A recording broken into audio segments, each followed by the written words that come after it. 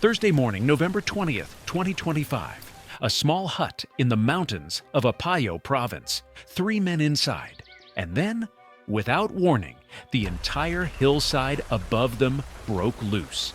Thousands of tons of saturated earth, trees, and rock cascaded down the slope and buried them alive. By the time rescue teams could reach Sitio Purag in Barangay Badduat, the hut had vanished beneath meters of mud.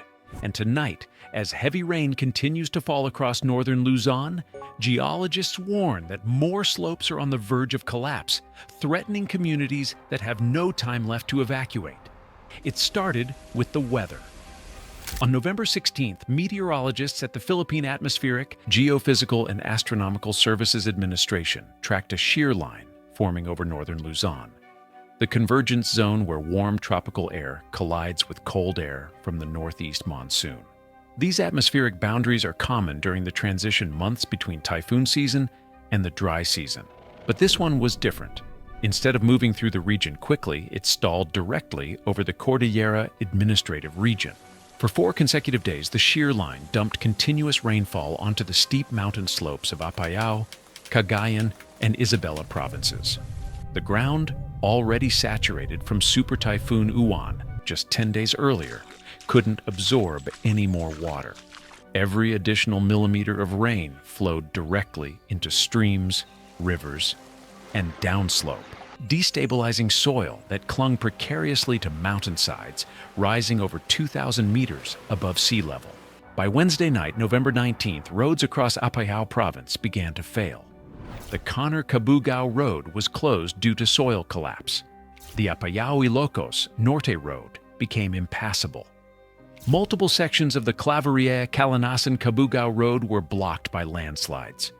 Emergency crews from the Department of Public Works and Highways worked through the night attempting to clear debris, but new slides kept occurring faster than they could respond. And then, on Thursday morning, November 20th, in the upland settlement of Sitio Purag, the mountain gave way. Witnesses reported hearing a deep rumble. Not loud like thunder, but a low grinding sound that seemed to come from inside the earth itself. Then the trees on the slope above the small hut began to tilt forward, and then the entire hillside collapsed. Earth, vegetation, boulders, and debris roared down the mountainside in a massive debris flow that engulfed everything in its path. The hut, and the 3 men inside, disappeared in seconds. Word reached the Kabugao Municipal Disaster Risk Reduction and Management Office within hours. But reaching the site would prove nearly impossible. The same landslides that buried the hut had also severed the roads rescue teams needed to access Barangay Badduat. Heavy equipment couldn't get through, ambulances were stranded, and the rain kept falling. Mayor Bensmar B. Ligweng immediately convened an emergency operational briefing. He assembled every available resource, personnel from the 98th Infantry Masinag Battalion, K-9 units from the Infantry Regiment, officers from the Kabugao Municipal Police Station, firefighters from the Bureau of Fire Protection, regional mobile forces from Benguet Province, MDRRMO staff, local health workers, and civilian volunteers. The convoy departed for Badduat despite dangerous road conditions and the threat of additional landslides. By late Thursday morning, the first rescue teams reached Sitio Purag. What they found was devastating. The landslide had buried the hut under an estimated depth of several meters. The debris field was unstable, saturated mud mixed with broken trees, rocks, and construction materials. Every step risked triggering a secondary collapse, and the rain, unrelenting, continued to fall. At approximately 11:37 a.m. on November 20th, rescue teams recovered the first 2 bodies. They were found inside what remained of the structure, buried beneath the mud. Identities were withheld at the request of families pending notification of relatives, but one man was still missing. Somewhere beneath the debris, a 3rd victim remained entombed. Rescue operations continued through Thursday afternoon, but by evening, conditions had become too dangerous. Persistent heavy rainfall and the steep, unstable terrain forced teams to suspend operations temporarily. The risk of additional landslides was too high. Rescuers had no choice but to withdraw and wait for conditions to improve.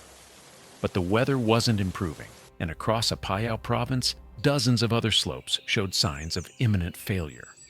Apayao Province sits in the heart of the central Cordillera, one of the most geologically active and landslide-prone regions in the entire Philippines. The province is classified among the top 5 most landslide-vulnerable areas in the country, alongside mountain province Benguet, Nueva Vizcaya, and southern Leyte. This isn't a recent development. It's a consequence of geology, topography, climate, and human settlement patterns converging in a single mountainous zone. The terrain is steep, very steep. Slopes rise abruptly from river valleys to ridgelines thousands of feet higher. The soil, composed of weathered volcanic rock, decomposed granite, and thick layers of organic material, clings to these slopes through a combination of root structures, cohesion, and friction.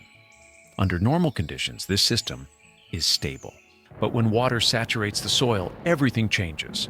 Water acts as both lubricant and weight. It fills the pore spaces between soil particles, reducing friction. It adds mass to the slope, increasing gravitational stress. And when the soil reaches a critical saturation threshold, the point where water pressure exceeds the material's shear strength, the entire slope can fail catastrophically. The failure doesn't happen gradually. It happens suddenly.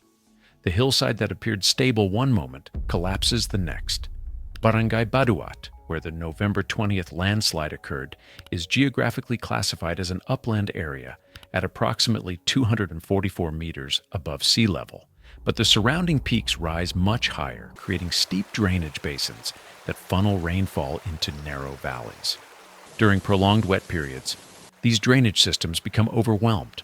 Water that should infiltrate into the soil instead flows across the surface, eroding channels and undercutting slopes. The shear line that stalled over Northern Luzon on November 16th created precisely these conditions. Forecasters at PAGASA had predicted 60 to 100 millimeters of rainfall for Apayao Province during the week of November 19th, 25. On November 22nd and 23rd specifically, the agency forecast another 50 to 100 millimeters. That's cumulative rainfall exceeding 150 to 200 millimeters over a 7-day period, falling onto ground already saturated by Super Typhoon Uwan just 10 days earlier. Typhoon Uwan, known internationally as Fung-wong, had devastated northern Luzon on November 9th 10. The storm killed at least 33 people nationwide and displaced 1.4 million. In the Cordillera Administrative Region alone, Uwan triggered landslides that killed 16 people, injured 8 others, and left 2 missing. The storm dumped hundreds of millimeters of rain onto the same mountainsides, now receiving additional precipitation from the shear line. This is what geologists call a disaster sequence, when one weather system saturates the ground, leaving it vulnerable to failure during a subsequent rainfall event. The soil never has time to drain. The slopes never have time to stabilize. And when the next storm arrives, the threshold for collapse is much, much lower. By November 20th, multiple slopes across Apayao Province had reached threshold. The landslide in Sitio Purag wasn't an isolated incident.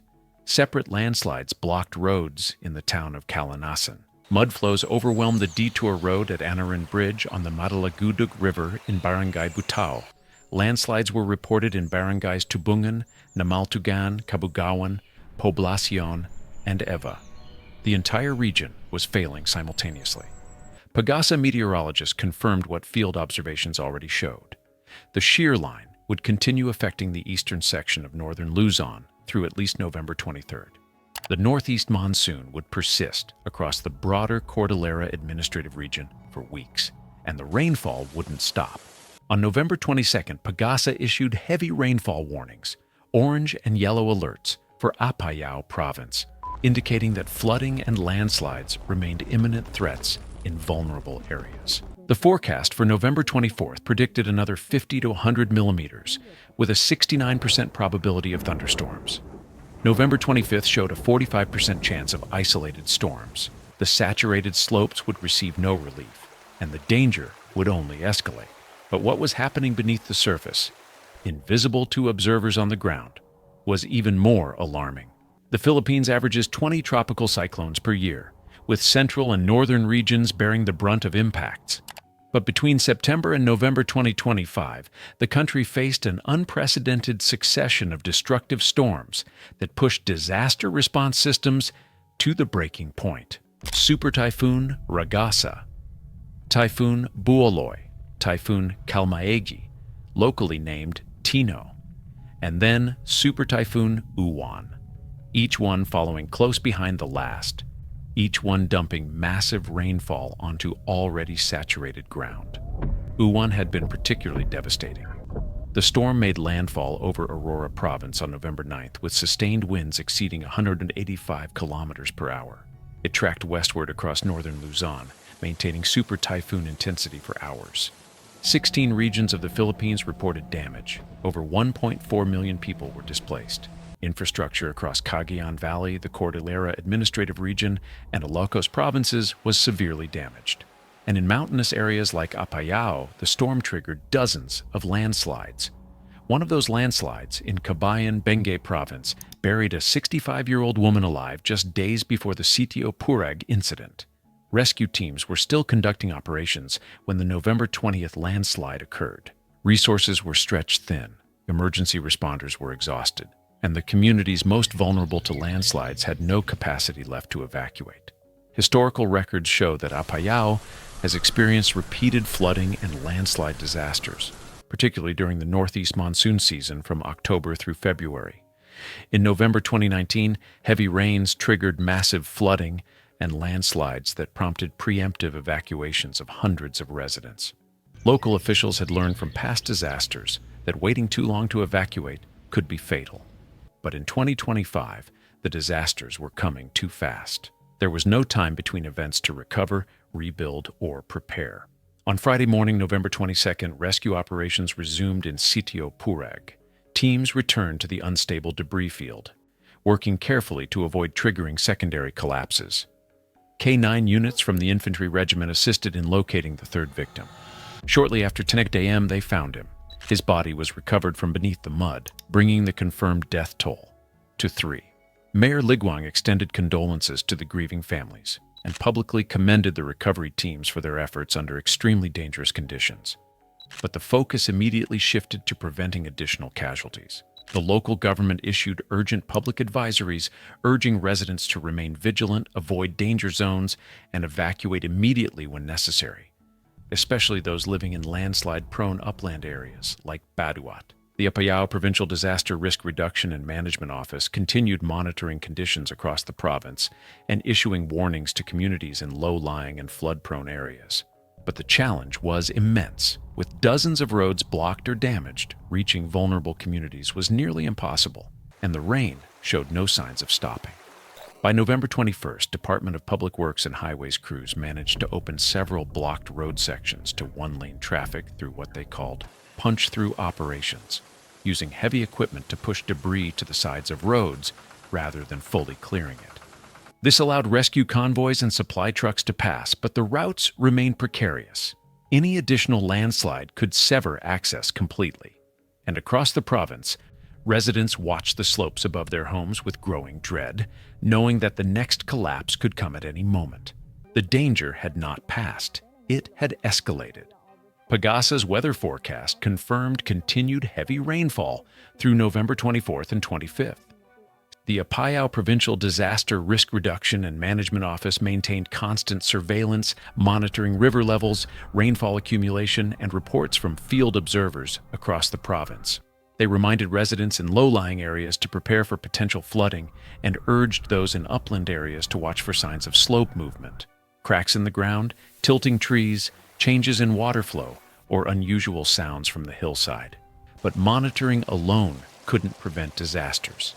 The fundamental problem remained unchanged. The ground was saturated, the rain was continuing, and thousands of people lived on or below unstable slopes with limited evacuation routes and nowhere safe to go. Road conditions across Apayao remained precarious. While DPWH crews had managed to restore one-lane access on some routes, many sections remained completely impassable. In Calanasan Municipality, multiple landslides continued to block access to several barangays. The detour road at Anaran Bridge remained blocked by mud flows. Emergency responders attempting to reach isolated communities faced hours-long delays or complete inability to access affected areas. The broader national context compounded the challenge. The succession of powerful typhoons between September and November had depleted emergency response resources, damaged critical infrastructure nationwide, and left disaster management agencies struggling to respond to simultaneous crises across multiple regions. Financial resources were strained, personnel were exhausted, equipment was damaged or already deployed elsewhere, and in Apayao specifically, the memory of Super Typhoon Uwan remained vivid. Just 10 days earlier, families had evacuated their homes as the storm roared across Northern Luzon. They had returned to damaged houses, destroyed crops, and eroded roads. Some had just begun cleaning up when the Shear Line arrived and the rain started again. Now they faced the possibility of evacuating once more. Or worse, being buried in their homes if they waited too long. The economic impact was severe. Agricultural communities that depend on rice cultivation, vegetable farming, and livestock faced devastating losses. Crops were flooded or buried. Animals were killed or swept away. Roads needed for transporting goods to markets were impassable. And with the rainy season expected to continue through February, the opportunity to plant new crops or rebuild infrastructure remained months away. Mayor Ligwang and provincial officials emphasized the importance of preemptive evacuation, the practice of moving people out of danger zones before disasters strike rather than attempting rescues afterward.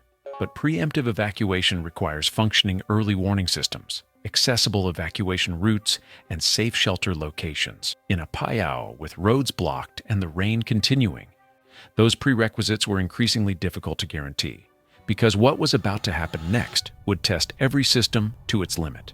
On the evening of November 22, 2025, the rain continued to fall over Apayao Province. Rescue teams had recovered all 3 victims from the Sitio Purag landslide, but across the Cordillera Administrative Region, dozens, perhaps hundreds, of other slopes remained on the verge of failure.